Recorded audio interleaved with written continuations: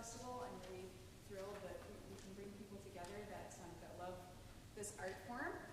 We're really lucky today to have Dr. Beverly Everett with us for a Masterclass and then a recital later this evening.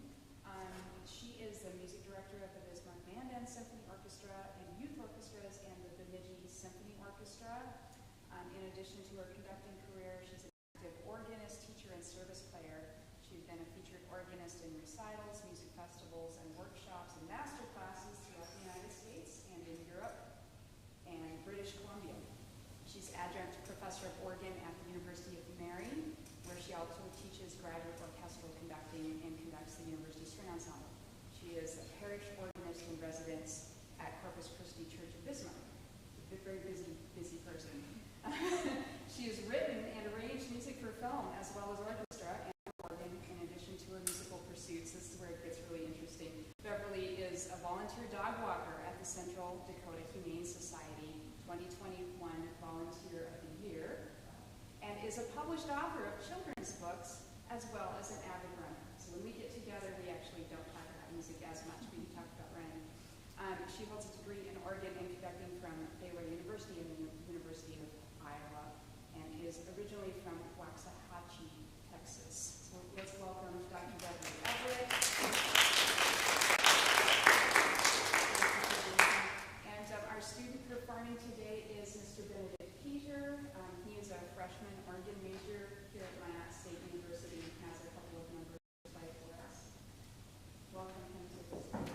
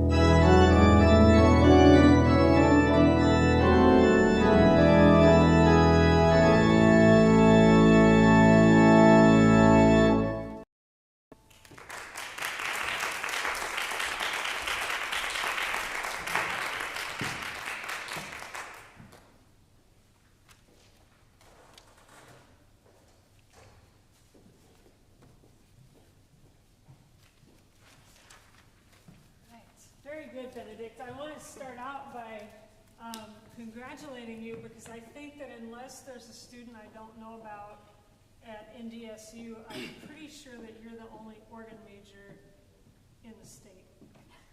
So good for you. If you feel like it. Of course.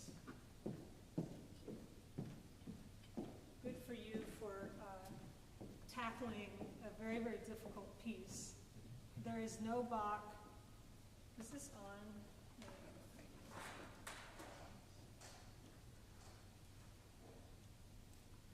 Now is it, we good? Can you hear me okay? Okay. Congratulations for tackling a really difficult piece. It's never easy to play Bach under any circumstances, and I love how you do that. Let's look at the fugue first together, and I'll just make a couple of suggestions because I don't want to fix something that's not broken. Tell me, and I love that you have your fingerings and your pedalings and everything written in. Tell me what you're thinking in this fugue. What are you thinking about in terms of the tempo and the style that you want to convey to the listeners? In terms of the tempo, I want it to be slow, not really fast enough, because there are a couple of 8 notes. So we're aiming for kind of a moderate tempo, and I liked the tempo that you took, and I think that within that, we can kind of achieve a little bit of a dance-like quality. You know, so much of Bach's music related to a dance, and he doesn't write that many preludes and fugues in a triple meter. So this is a little bit unusual compared to some of the other ones. And I'm also wondering, how did you arrive at this articulation in the 2-bar phrases? I wanted to have a kind of a distinct kind of melody, not breaking them all together just on staccato like he wrote them, but having some kind of, just like the voice will sing it, and not just play it individually. So I connected some and followed through the cue. Mm-hmm. I like how you did that. I also appreciated that each time the subject entered, you did it the same.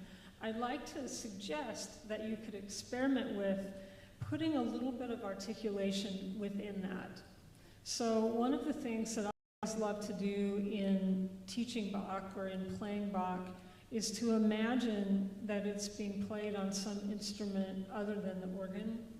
Usually a stringed instrument can really inform us a lot. So in Bach's day, everybody learned multiple instruments, unlike now where we tend to specialize in one or maybe a few. And so if we could think of this as being played more by a cello, but keeping in mind the period of the Baroque and what would have been some of the performance practice at the time to add a little bit more openness to that articulation. So what if you did something like this?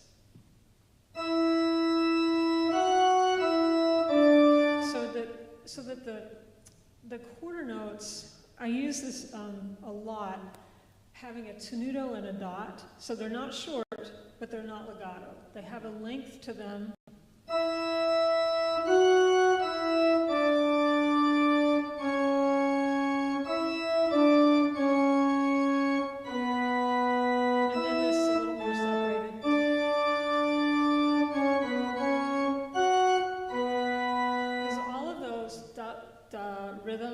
Kind of imply a kind of hemiola, and they're going to come out a little clearer to the audience if we have a little bit of separation.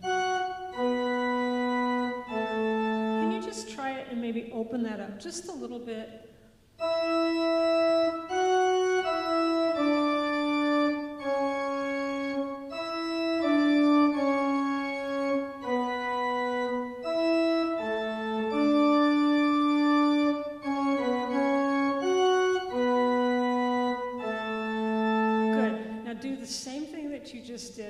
but make it just a little more of that original thought of yours in the 2-bar phrases.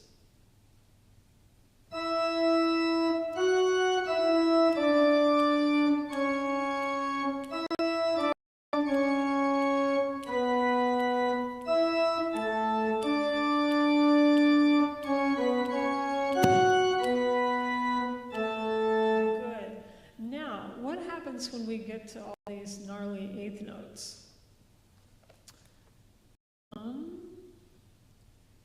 Could you start for me like there?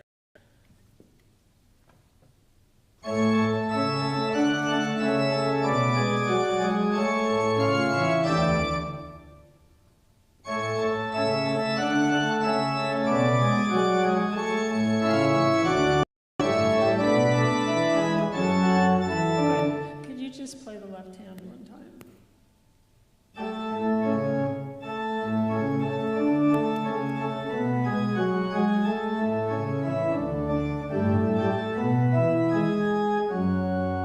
Good. Experiment one time. I'm just going to sit here. Experiment one time. Go really slowly. And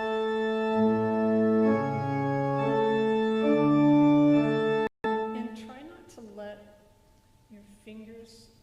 Try to keep the tips of your fingers connected to the keys, even when the key isn't playing. Does that make sense? I know you have to move a little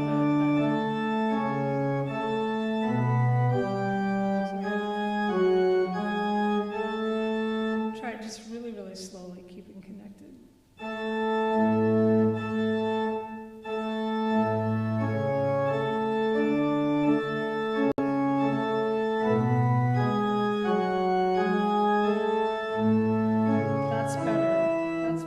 So how many of you are students who take organ lessons? Nobody, okay.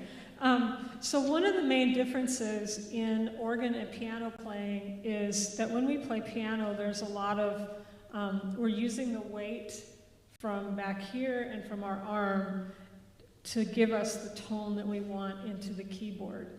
And when we play the organ, the control is actually from about that knuckle on down, and it has to do with the speed with which we release the note.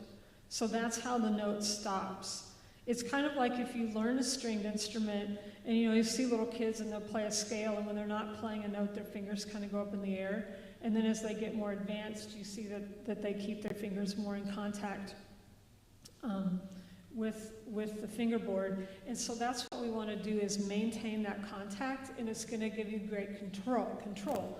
And now there's all different kinds of ways, and this is a little bit of personal preference to how you might shape that. But I find that in these Baroque pieces, anytime that somebody jumps an octave, it can really add a lot of spice to it to separate it just a little bit. And it doesn't mean that everything has to be, so I'm not advocating that it's, but neither am I advocating, make sense? So somewhere in between.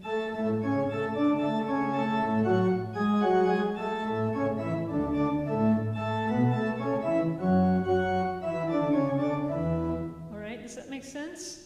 Try it just a little bit, just with your left hand. Just have fun with it. Have a little more fun with it.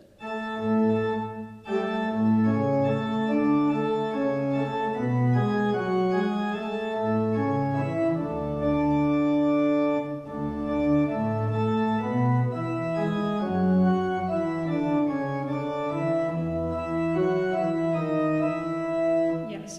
So I often will tell this story. When I went to graduate school at Iowa, 2 things happened to me, actually more than 2 things. But one is that I had stopped playing the organ very seriously for several years while I pursued my conducting goals.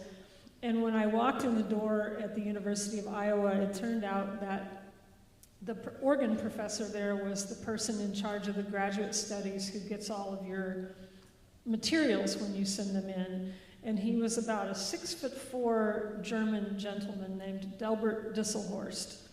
And he walks up to me and he says, do you want to study organ? And I was kind of shaking, and I said, sure. And then I left the office thinking, what did I just do? I'm not going to have time to study organ. But one of the issues at the University of Iowa is that all of their organs were what we call mechanical action instruments. So the touch is even more intricate to get that articulation. And I had one lesson with him, and I decided to add a second major and study organ because he was so incredible in the way he taught. And he played every era of music, but I would say one of his specialties was the Baroque. And I would learn a piece of music, and I would think that I had it all down, and I would take it to my lesson, and he would say, I can't hear the rhythm in that. And I would think, well, gosh, I played all the rhythms that are on the page. But what he was talking about was that finite little bit of waiting on one note or making one note a little bit shorter so that the next note has a little bit of more emphasis. That's the piece of it that he wasn't hearing. Because if you play it all the same, then there's no ultimate rhythmic shape to what happens. So that's what I would encourage in these eighth notes. And you can tonight and say, well, she doesn't do what she preaches, but that's okay because that happens to all of us. But I would just try to get a little more bouncy.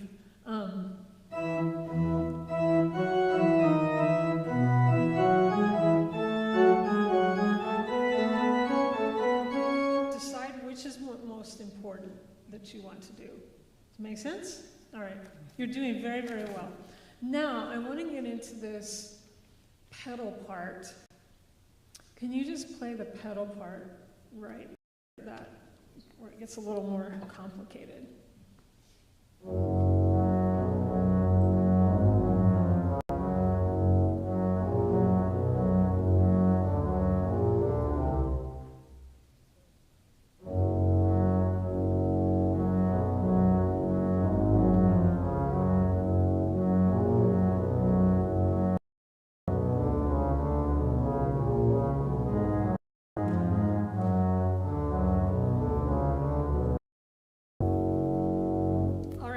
So what would happen if you did the same thing in that? And so the point is, like, when you're having a conversation, when you're talking, you probably don't say every single word the same, correct?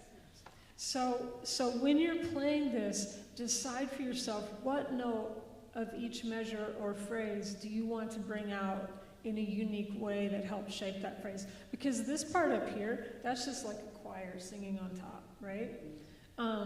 Try that one more time and just give, especially when you have, imagine that there's an accent over that note. Pum, pum.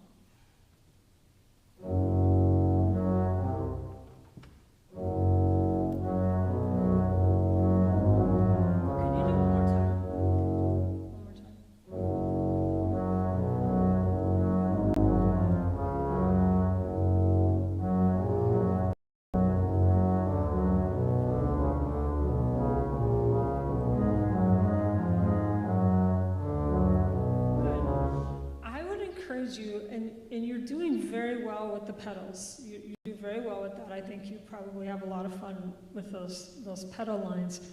When we learn the organ, we're all taught at the initial stages, I'm just going to sit here by you, to keep your knees together as long as you can and keep your heels together. And so we first learn these techniques so that your feet are moving really in tandem. And that same teacher that called me out on the rhythm in the Baroque would literally get on the floor and hold my heels together. And by that time, I already had a degree in organ. I had already played a whole bunch of recitals and a whole lot of big repertoire. But he wasn't going to let me lose that, because what he said is if you're flailing around and not focused on your technique, it's going to take away from the music. So I would encourage you, sometimes your feet are turned in a little bit the opposite direction of where they need to be. And that's the other thing. You're hitting the right notes, but I think that you would be more, have even more power in what you're doing if you make sure that every time you play with your toe, that you're hitting on the inside of your foot, and that you never go up and play on the outside of your foot, on this side. Does that make sense? Okay, let's try it one more time, just that pedal part.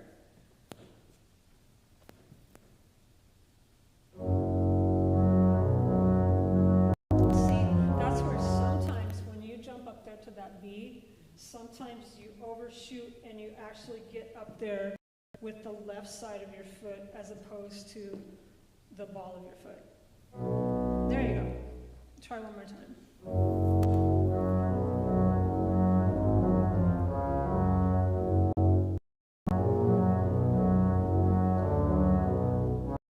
And when you get down to this, where you could, so just play this measure right here, see if you could play that measure. Keep, yeah.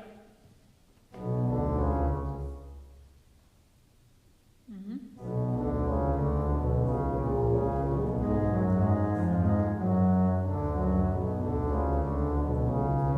Yeah, how'd that feel? Feels better? Yeah. It gives you that control, and it helps because we all get nervous, right?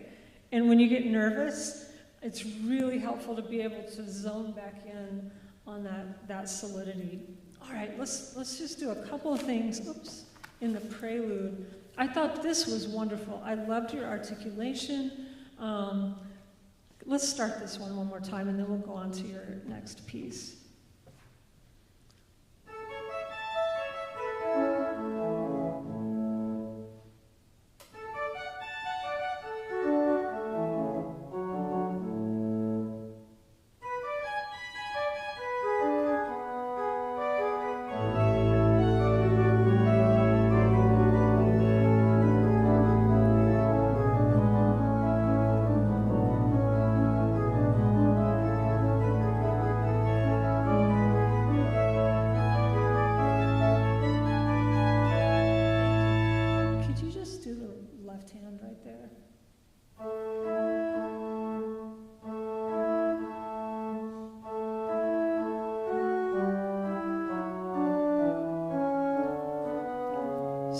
Careful about this. This is one of those places where Bach isn't kind to us. So it's easy to play that as though it were eighth notes. But what he wrote is,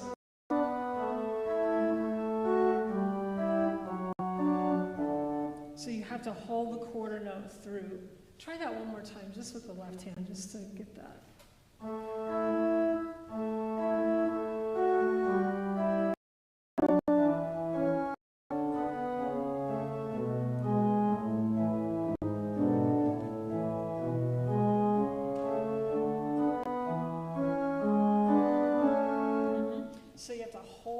Especially coming up that scale, because that's your cello. Okay? Does it make sense? All right, good. Let's keep going, because I love the way you play that. Let's do that pedal. And that's another spot where, when you can, get those heels together.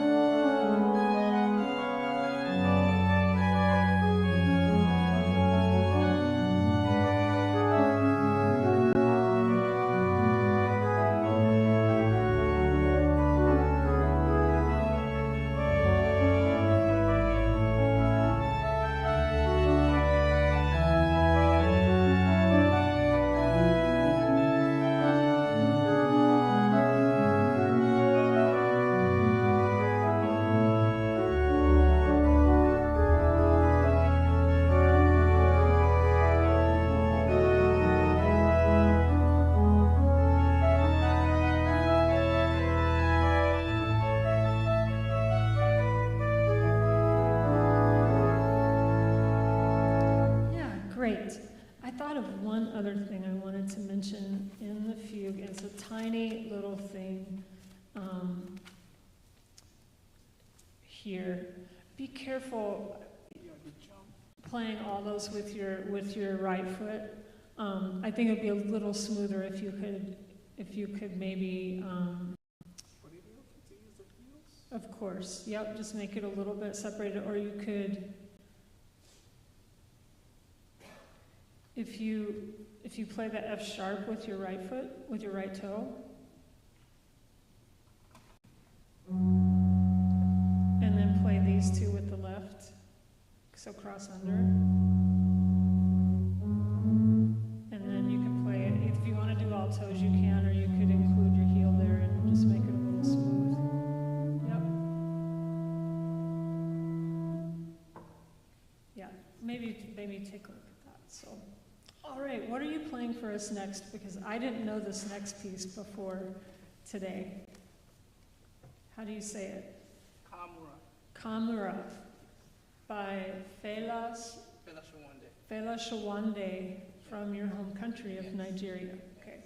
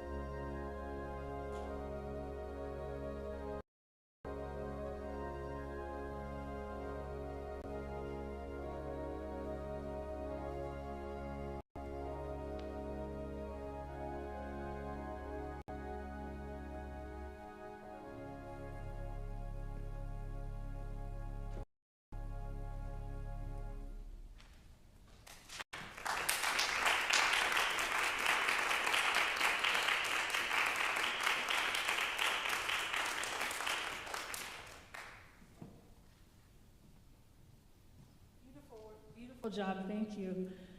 So if you could see the music for this one of the interesting things you would see is that there are groupings that are almost like we learn when we're studying chant.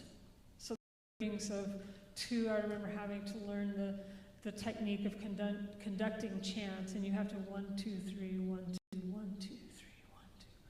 And so I would encourage you, can we just go to the last page, please? Yeah.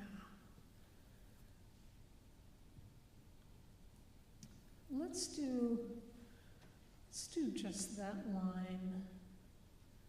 And maybe just play, let's see, what do you have? The clarinet.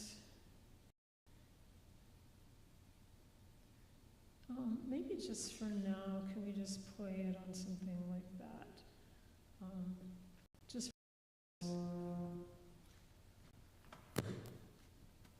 and just the left-hand line, just on the yeah.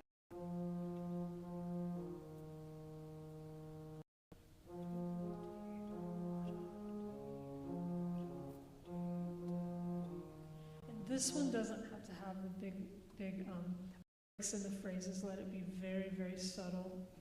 What instrument, if this were played on a solo instrument in Nigeria, like if we were playing it here, I would think of maybe on a bassoon or a flute or a low flute or something like that. Is there a specific that would have maybe played a melody like that? Or is it something that would be sung? Yes. It would be sung. A folk song that would be sung. So imagine just a beautiful tenor voice singing that melody. Let's try it again, just on the melody. Hold that just a little longer.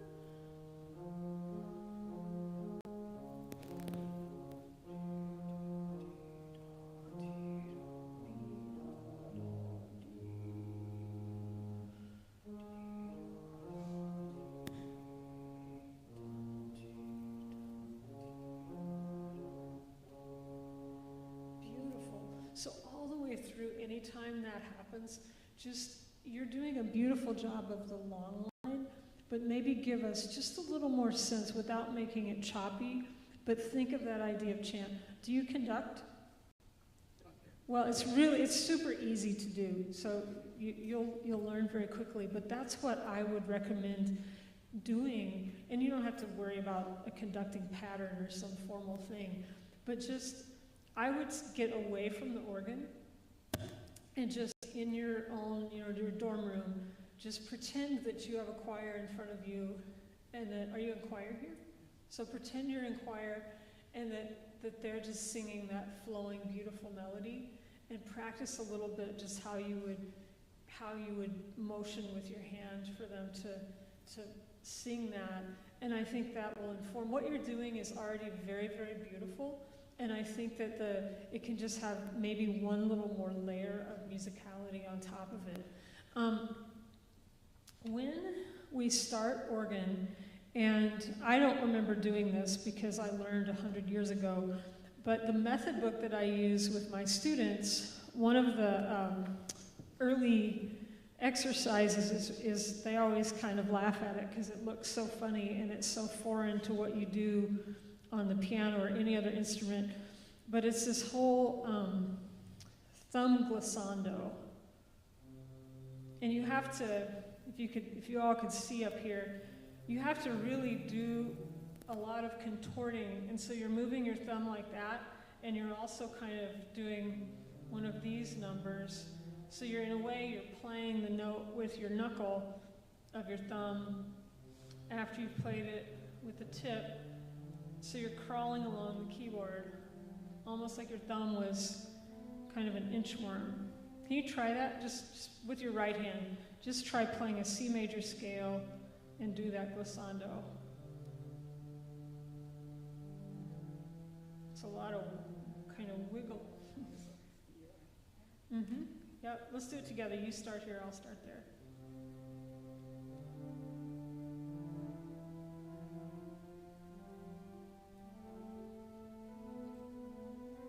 And then come back down.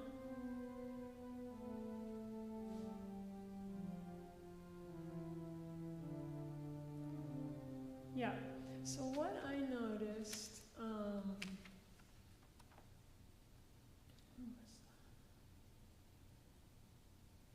oh yeah, kind of like in some of these sections where you have consecutive fifths or fourths or whatever the interval is, we have to really crawl around on that a lot on the organ and do a lot of substituting. And so just make sure when you do the substituting that you're allowing, especially if there's an inner voice, there was somewhere in here that there was an inner voice where your thumb needed to do that, and it was a little bit choppy. And then on the other substitutions, just make sure that you're really keeping those notes sustained when you do that. Yeah. Can we just do a little bit of it from the beginning again? So this is also an example of where the composer doesn't really give us any indication for the registration, right? So it can be very symphonic. So I love pieces like this because I can imagine that it were being played by one of the orchestras. So what do you start out with? So I started thinking about the string section, introducing the music, and then the string section and the solo at this point in time, like a clarinet. Yeah. Let's try it again from the top. And I'm going to conduct a little bit.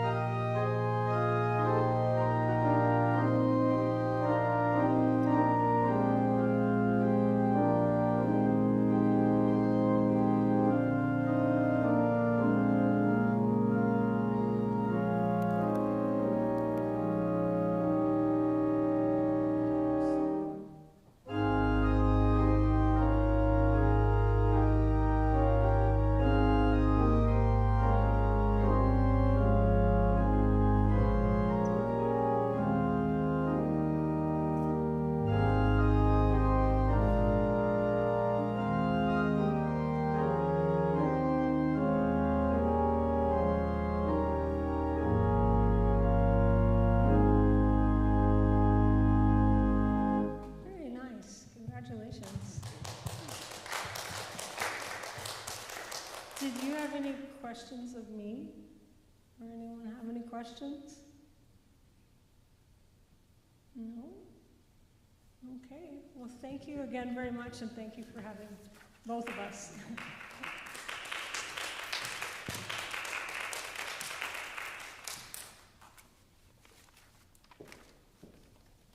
Thank you. That was enlightening. It was very fun to watch you work, and a beautiful playing, Benedict. Yes. It is wonderful to have an organ major here and to be able to use this instrument in a very artistic acoustic way. It's lovely. So come back at 7:30.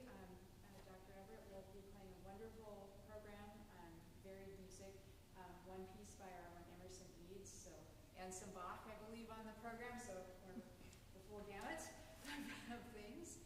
And then tomorrow there's all kinds of piano stuff happening, and then on into Sunday. So check out the schedule and join us for all of these wonderful events. Thank you again. Thank you.